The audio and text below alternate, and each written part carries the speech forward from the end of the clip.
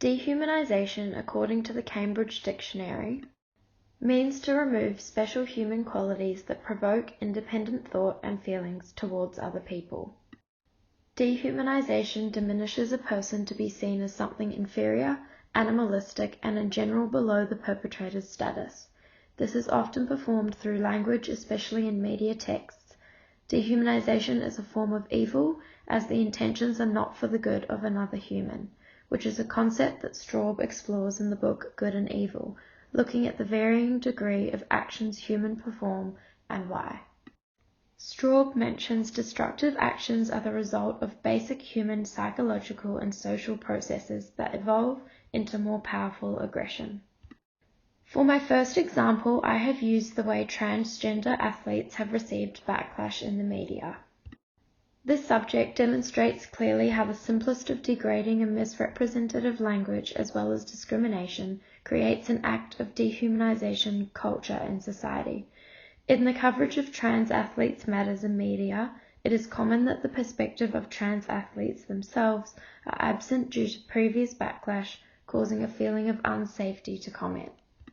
Laurel Hubbard was announced the first New Zealand transgender woman athlete to compete in an individual sport in the Olympic Games, and this received major pushback in the media. Piers Morgan, a well-known right-wing commentator, wrote an article for the Daily Mail in response to this announcement.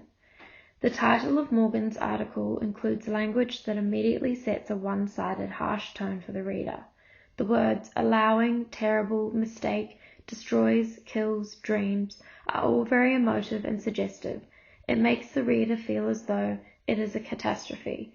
The article leaves out that Hubbard was qualified through the International Weightlifting Federation and the International Olympic Committee, expressing insensitivity to the official processes that were taken leading to this achievement. The language affects the perspective of readers, but also the mental health of other potential trans athletes.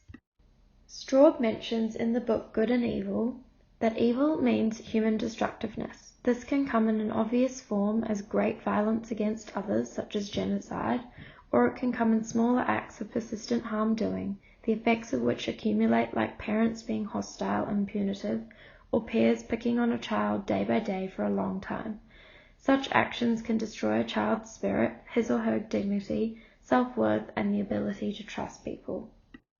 Using this, it is important to note how media is facilitating both good and evil in everyday events. As Straub mentions, if either acts are performed consistently, it inspires its audience to repeat the action and become desensitized to it. This has a powerful effect in communities and societies going forward. My second example is popular conservative media personality Ben Shapiro, who uploaded a harsh one-sided review of his thoughts on the new Barbie movie, leaving out and misrepresenting various information. In the video, he uses a real Barbie doll, throws it in the bin, and then proceeds to film the doll burning, immediately setting an aggressive tone. His words in the opening of the 42-minute video include, "Conceptually, the movie is a shit show. I have pages and pages of notes on this horrific piece of shit," and so on. Whilst the opinion piece is one-sided and offensive in nature, the feedback in the comments on the video counteracts this.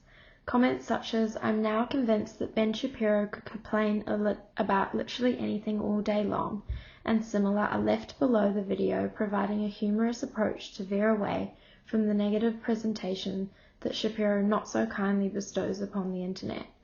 This touches on Straub's theory that when one person stands up against evil, others are likely to join in and limit further violence and encourage helpful actions. Perhaps the scale of the film, including popular topics of equality, feminism, and self-discovery, have introduced a large impact of discouraging content like Shapiro's. Shapiro's video shows a more complex way of denigrating someone through a passive channel, as you could say that the branding of Barbie and Mattel are the face of the movie.